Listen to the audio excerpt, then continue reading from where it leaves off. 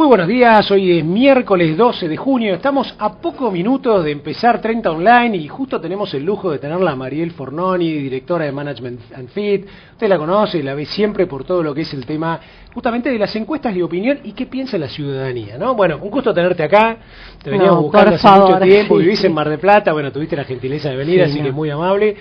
Bueno, estamos en un momento clave, ¿no? Yo te señalaba hace un ratito, hubo algo muy bueno que bajaron en una encuesta de ustedes, que es la gran preocupación hoy de los argentinos, ¿no? Sí. Primero, el tema seguridad, que pasó a ser un tema clave.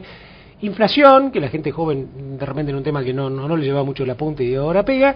Y el último, el tema del empleo, ¿no? Sí. ¿Cómo surge esto? ¿Cómo es valorativamente? Mira, si vos mirás la inseguridad se ha mantenido constante los últimos 10 años, ¿no? Con picos en una pregunta de respuestas múltiples, el 80% de la gente te nombra la seguridad como su principal preocupación desde hace 10 años a esta parte. Picos de 83, 82, 70, 90, pero se mantiene muy constante. El tema de la inflación no es un tema más nuevo, es un tema que si nosotros miramos, por ejemplo, octubre del 2011, cuando la Presidente gana las elecciones, el 20% decía que le preocupaba el tema inflacionario. Hoy, poco tiempo después, la verdad que esa preocupación aumentó al 50%. Y el tema del desempleo nosotros lo venimos viendo aproximadamente desde diciembre, que está al mismo nivel que la inseguridad, que la inflación, pero aparece en primera mención. Es decir, nosotros cuando le preguntamos, mencione los tres principales problemas, si bien en números globales está a la altura de la inflación, la primera mención es mucho más alta, la del desempleo, que la de la inflación, ¿no? Y acá tenemos muchas cuestiones que están englobadas en esta, me parece que la crisis, digamos, de confianza que hay en la economía, es parte de esta preocupación por la generación de empleo y por la mantención del empleo que uno tiene, ¿no? Y además, bueno, el INDEC mismo ha dicho que ha crecido la subocupación, estos subocupados están fuera de las paritarias y saben que son los primeros en perder un empleo, dado que están en una situación muy precaria. Entonces, bueno, evidentemente es un tema que preocupa mucho, que la gente siente mucha inseguridad con respecto a esto, y hace tiempo que no se veía el desempleo como una preocupación. Tal vez sí se veía en el segmento de los más jóvenes, ¿no? Donde tenían tal vez dificultades en insertarse al mercado laboral por la falta de creación de nuevos puestos de trabajo, pero no los que ya tenían un trabajo, que tenían miedo a perderlo. Hoy, digamos que se conjugan las dos situaciones. ¿Cómo se da más o menos la composición del electorado, no? Porque hay analistas que dicen, mira, la presidenta tiene un núcleo duro del 35, ahora algunos dicen que bastante menos del 35, hay un 30% de la sociedad que podemos ir y venir de acuerdo a circunstancias, hay un otro núcleo duro, a lo mejor de un 30% que dice no, aunque cualquier cosa no. ¿Cómo se está dando Sí, hoy? Aproximadamente, porque esto es muy variable, ¿no? Pero si nosotros miramos, por ejemplo, 3 años atrás el núcleo duro del kirchnerismo era el 20 y hoy es un poco más, ¿no? Ajá. Hoy ha crecido. Yo te diría que no sé si llega al 30, pero debe estar ahí.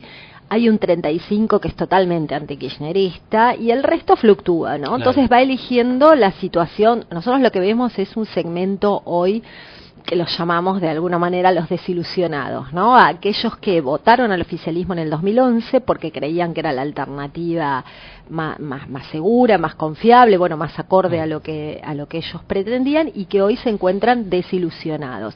Si nosotros miramos, por ejemplo, la aprobación a la gestión del gobierno nacional, en el 2011, en octubre, tenía 64% de aprobación contra 29% de desaprobación. Hoy los números son prácticamente inversos. Hoy hay 60% de desaprobación contra 30% de aprobación. Entonces, bueno, de ese 64 al 30 que tiene hoy, evidentemente hay un 35% de la gente que en octubre aprobaba la gestión de gobierno y que hoy no la aprueba por determinadas circunstancias, ¿no? Me parece que hay un poco de... nada es multicausal. La economía es un tema, Pero me parece que no es el único tema, ¿no? La economía, digamos, tiene síntomas de haberse estancado, hay determinadas cuestiones que a la gente le generan mucha inseguridad, sobre todo, hoy vos le preguntás a la gente cómo siente que está la economía y el 72% de la gente te dice la economía está mal encaminada. La mayoría de la gente no sabe quién es el ministro de Economía, ve un equipo económico y no puede diferenciar quién es el ministro de Economía, cuál es el plan económico. Me parece que hay un quiebre de confianza en cómo el gobierno puede llevar adelante la economía. Y después hay otro tipo de cuestiones que también hoy están pesando, un poco el estilo de la Presidente, eso sin duda tiene que ver, y por otro lado, bueno, lo que ha pegado muy fuerte en estos 2 o 3 últimos meses es todos los escándalos, claro, de presuntos hechos de corrupción. Pero vos fíjate que es el escándalo de la nata. A ver, la nata de alguna manera lo que hace es popularizarlo, ¿no? Claro, como es el mensajero sí, y además está, pero... popularizarlo, porque estas eran denuncias que la mayoría habían sido hechas por Carrió ya tiempo antes, o algunas por Carrió, otras por otros dirigentes, ¿no? Bueno, de alguna manera está mediatizado, se hizo más popular. Es un síntoma ya que un programa de este tipo, un domingo a la noche, y encima compitiendo con el fútbol, tenga 20 puntos de rating, ¿no? O más de 20 puntos. Esto es un síntoma del humor social.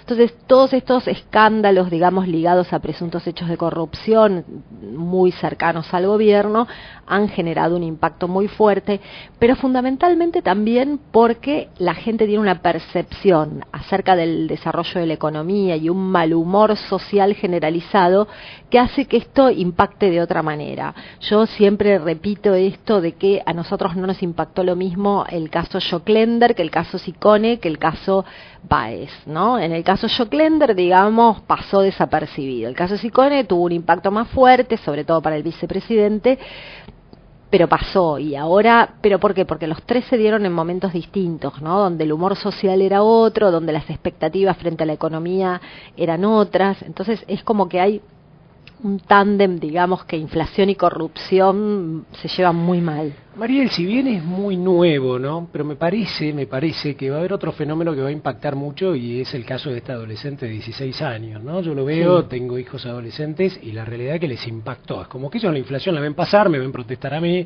Sí. El tema de inseguridad, bueno, se manejan en ciertos horarios y cosas que uno más o menos lo cuida. El tema del empleo no trabajan, pero me parece que hay un grupo de chicos de 16 años para arriba, chicos que estudian, etcétera, que me parece que esto de ver una chica que sale del colegio, una chica que era querida por todo el mundo, que va al gimnasio y que aparece de esa manera, da la sensación que hay muchas cosas, ¿no? Como que se van encadenando, y además ¿no? Droga casos, libre, un montón de cosas que además son casos de todos los días. Me parece que en esto hay algo que a los jóvenes y a toda la población, ¿no? En general, le genera mucha preocupación el tema del divorcio que hay entre la agenda pública de los temas que le preocupan al gobierno y a la dirigencia en su conjunto y los temas que le preocupan a la gente, ¿no? Entonces, bueno, recién ahora la Presidente habla o menciona el tema de la inflación, porque, bueno, de alguna manera, más allá de no mencionarla, digamos, genera algunas acciones, ¿no? Acuerdos de precios y demás.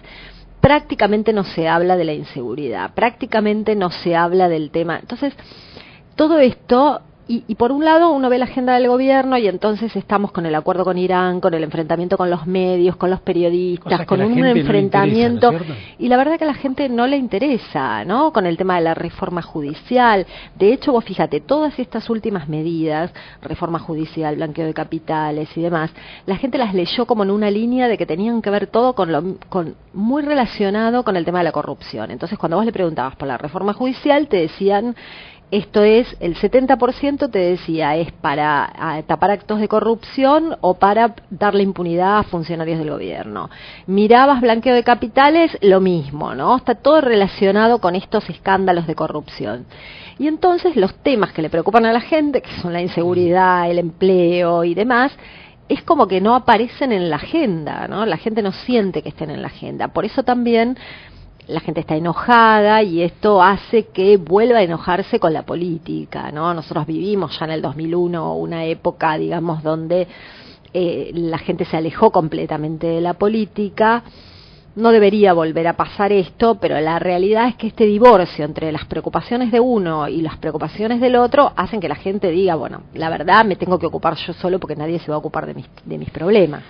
¿Empieza a haber algún tipo de correlación entre el vacío existente a partir del gobierno, de todo lo que vos vas analizando, y el llevar esas demandas o canalizar esa parte, ese afecto, digamos, por la necesidad de lo político, que alguien te dirija, etcétera, a la oposición? Muy poco. La verdad que la oposición no termina de capitalizar el descontento que hoy tiene la gente, ¿no? Ni siquiera temporalmente, porque vos fíjate que, por ejemplo, durante el conflicto del campo aparece Julio Cobos con 60 puntos de imagen positiva. Transitoriamente, como lo quieras ver, pero bueno, aparecía alguien que capitalizaba. Hoy la verdad que no, los dirigentes, incluso los de la oposición, prácticamente todos han bajado en su consideración pública. Entonces, bueno, ahora vamos a una elección legislativa. Evidentemente la gente va a tener que elegir y va a elegir si prefiere oposición, oficialismo, en estos términos. Pero no hay nadie que hoy capitalice mayormente las expectativas, ¿no? Hay algunos dirigentes que están mejor posicionados, fundamentalmente porque no tienen tanta imagen negativa, porque no tienen un núcleo de resistencia duro de gente que no los quiera, pero no tampoco porque estén hoy capitalizando totalmente el descontento, ¿no? La verdad que hay un vacío en esto, por eso también esto de decir, bueno, hay un divorcio entre lo que le pasa a la política y lo que le pasa a la gente.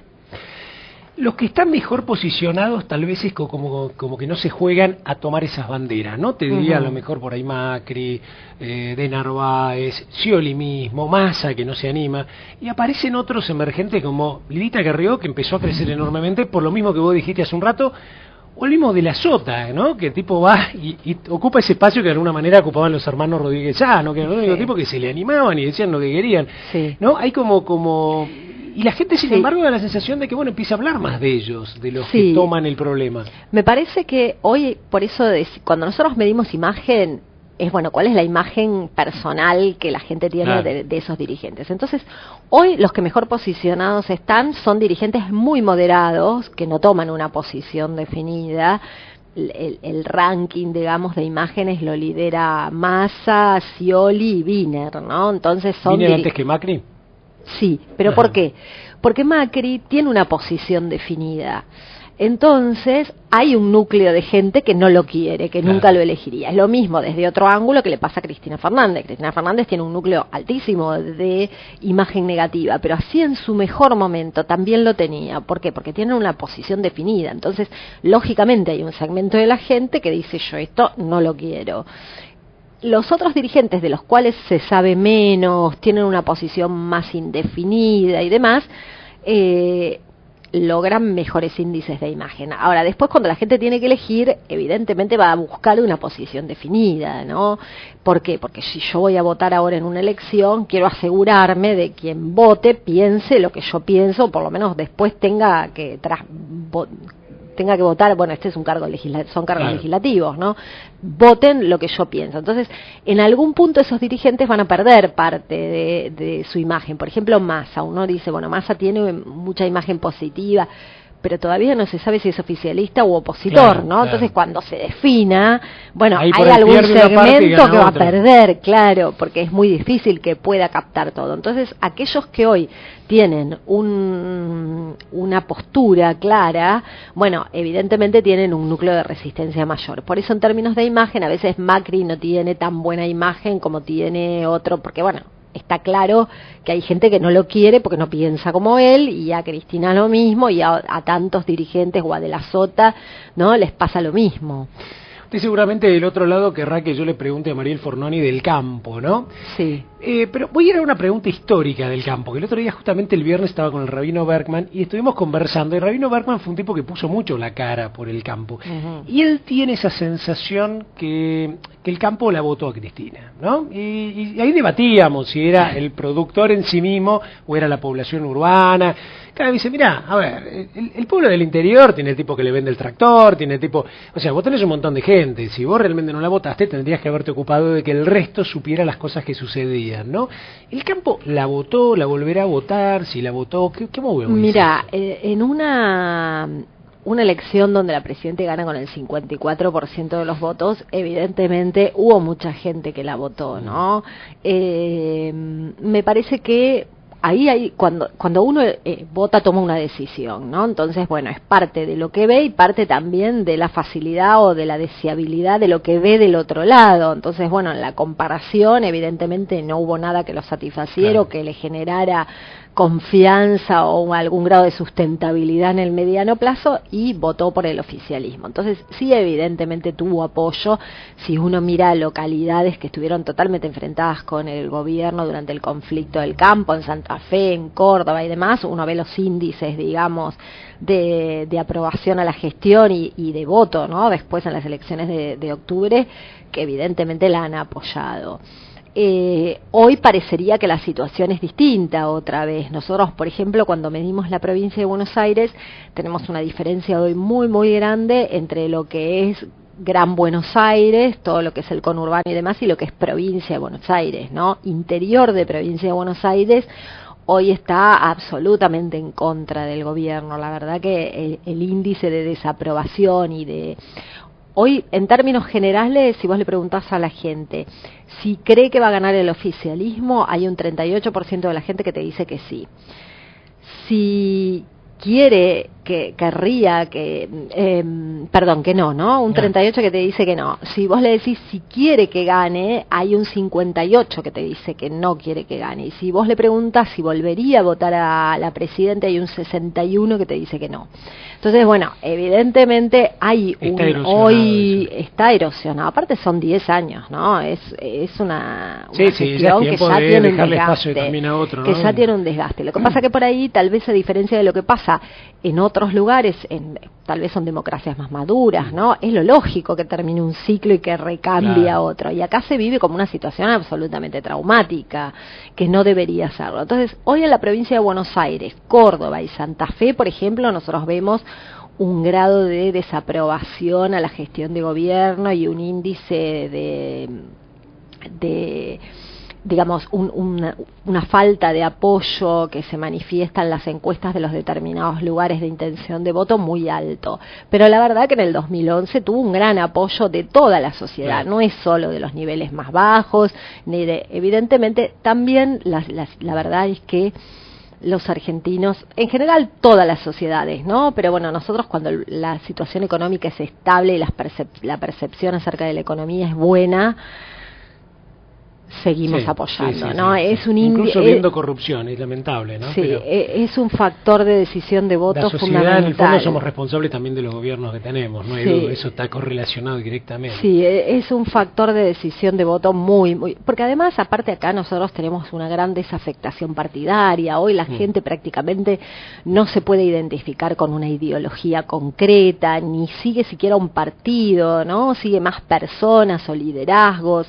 Y bueno, y evidentemente uno hace prevalecer el statu quo, ¿no? Si la situación está más o menos bien y más o menos estable y la economía anda bien y qué sé yo, preferible no cambiar, sobre todo cuando tampoco ve del otro lado nada que le genere mucha credibilidad. Lo cual no deja de tener, viéndolo desde un punto sociológico, lógica, ¿no? Porque obviamente el mundo va pasando a una especie de, llámalo así, de centro. Creo que discutir el capitalismo es discutir, no sé, el agujero de ozono, es una cosa que ya está, existe. Puede ser un capitalismo con más sentido social, como tienen países como Suecia, como digamos los países nórdicos, Noruega, etcétera. Puede ser un poquito más de derecha, como viste cuando agarran los republicanos en Estados Unidos, pero creo que me parece que las sociedades ya saben qué es eso.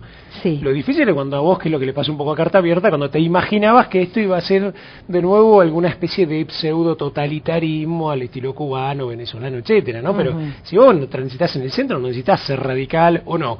Vos querés un gobierno que sea honesto, que administre tus recursos, que te dé empleo, que tenga un Estado justo para administrar las cosas y que no se metan las cosas de los privados, ¿no es cierto? Es como que... Sí, y ahora, bueno, mucha gente se empieza a dar cuenta también, ¿no? De que evidentemente tanto hemos pasado por una década de un crecimiento a tasas chinas y que nos encontremos en esta situación, ¿no? Con crisis de infraestructura, con crisis energética, con crisis... Entonces, ¿qué pasó con todo eso? Y somos como esa familia de nuevo rico que nos la gastamos. Exactamente, realidad, ¿no? Algo funcionó mal. Entonces, hoy nos estamos dando cuenta que esa situación económica tampoco fue capitalizada, ¿no? Por el gobierno, como debería haber sido. No armaste, exactamente. Sobre todo esto, bueno, en algún segmento de la sociedad. También a veces la economía hay que mirarlo como tiene un eje, digamos, de riesgo en términos de la decisión que toma la gente, porque por ahí mucha gente puede decir, bueno, la verdad, si este gobierno no gana hoy, se va a ir todo al demonio, porque van a soltar el acuerdo de precios, van a soltar los subsidios, van a hacer esto, van a hacer lo otro, y entonces se nos va a ir. Entonces más vale votémoslo, porque por lo menos por 2 años más lo vamos a mantener contenido. ¿Puede ocurrir eso?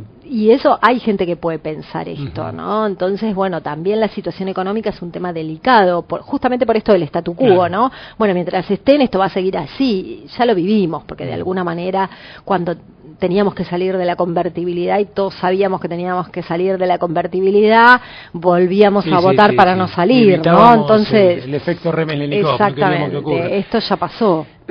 Es muy prematuro, ¿no? Pero si vos empezás a hacer más o menos cálculos, estimaciones, algo, digamos, de eso, ¿qué pensás que puede pasar en diputados y senadores? Porque diputados es muy justo, hay gente que puede decir, no, bueno, pues, sí, macho, pero es muy difícil porque ellos tienen la posibilidad hoy de renovar, digamos, menos que otros y qué sé yo, claro, con lo cual tienen un núcleo duro ahí. Mira, en diputados se renuevan las elecciones del 2009, ¿no? Los que entraron en el 2009, que fue una mala elección para el oficialismo. En la provincia de Buenos Aires sacó 32% de los votos, entonces no tiene que hacer una muy buena elección para estar en la misma situación que hoy.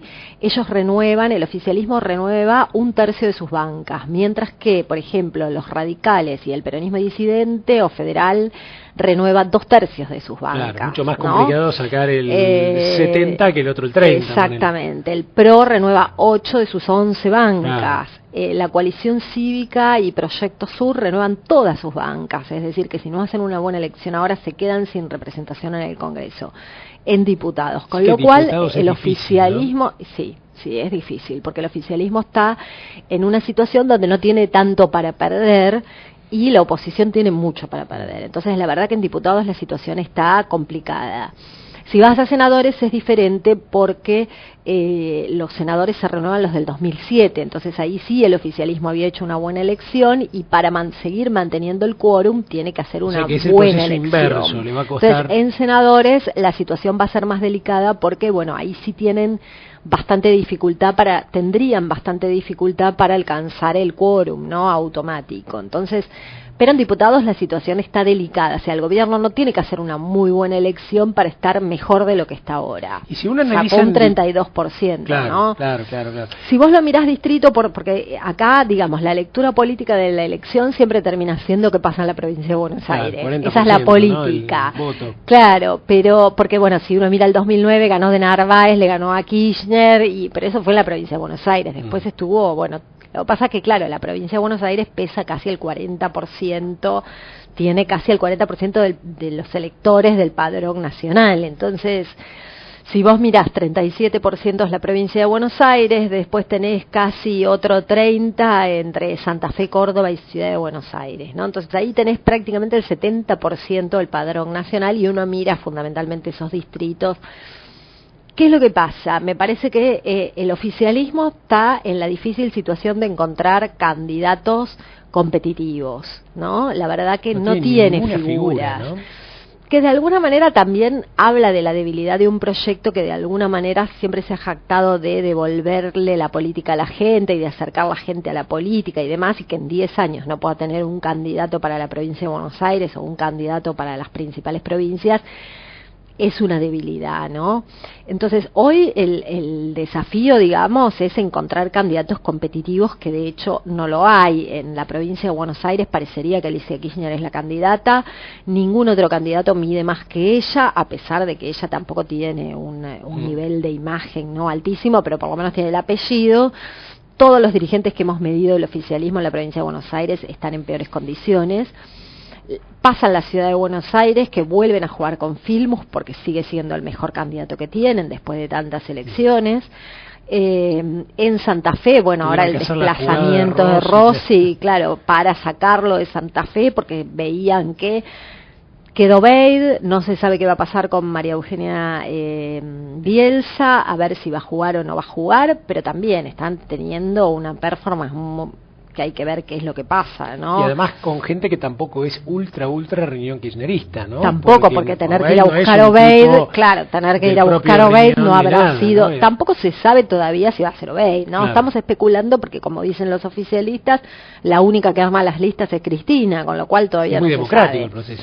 Sí, y en Córdoba también pasa lo mismo, ¿no? No hay un candidato del oficialismo fuerte. Entonces, bueno, evidentemente estos distritos tienen esas dificultades de que no tienen candidatos competitivos. El desafío de la oposición es lograr ponerse de acuerdo, que claro, tampoco parece que sea fácil.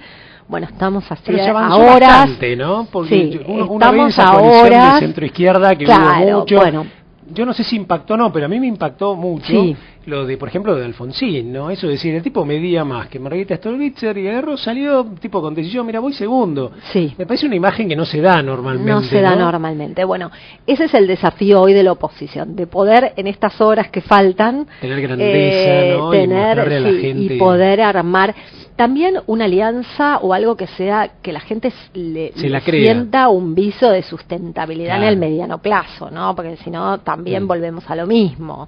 Entonces, bueno, hoy están en ese proceso. Vamos a ver qué termina pasando. La verdad, los números generales, Massa, a pesar de que, bueno, uno dice cómo puede ser que de esta persona que no se sabe mucho dependa, y la verdad que depende un poco qué haga él, qué es lo que va a pasar en la provincia de Buenos Aires, ¿no? Porque si va por fuera del oficialismo, hay muchas posibilidades de que la oposición gane en la provincia de Buenos Aires. Si no, está más peleado.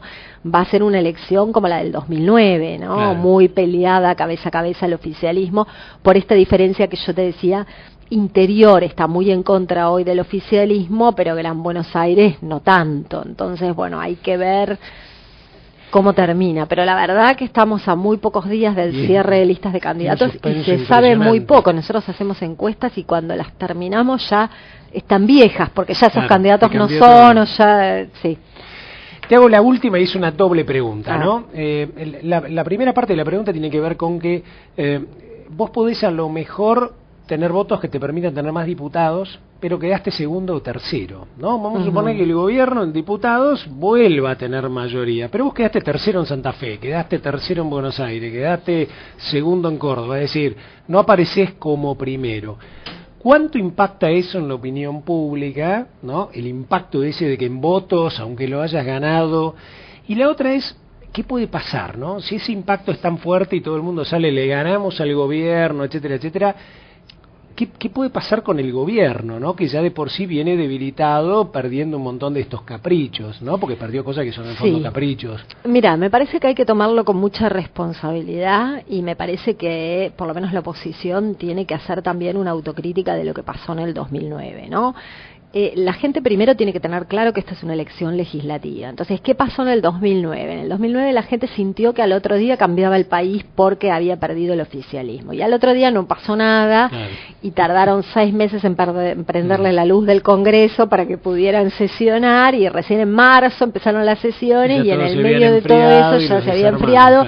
Es más, hasta se habían ya peleado los que habían ganado. Entonces, me parece que esta es una elección legislativa, no va a cambiar nada el otro día. Lo que va a cambiar, me parece, es que va a haber un Congreso que va a poner freno a algunas decisiones. Hoy, por ejemplo, vos mirabas la opinión pública, ¿está de acuerdo con el pacto con Irán? 80% no, salía como un trámite, ¿no? ¿Está de acuerdo con la reforma de la justicia?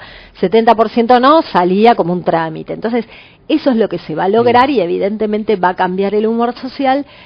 Pero no hay que generar expectativas en relación a que el otro día cambia todo. Sí es un golpe para el gobierno y sí me parece que es un anuncio, digamos, de fin de ciclo. Ahora, también es cierto que hay que tener en cuenta que nosotros ya pasamos esta situación, después de la crisis del campo, todo el mundo decía, bueno, esto es el fin de este gobierno, porque, está bien, en el medio de todo esto, y gran parte de la recuperación tuvo que ver con la muerte de Néstor Kirchner, nosotros pasamos de tener un 60% de desaprobación a la gestión de gobierno a un 60% de aprobación 10 días después de la muerte de Néstor.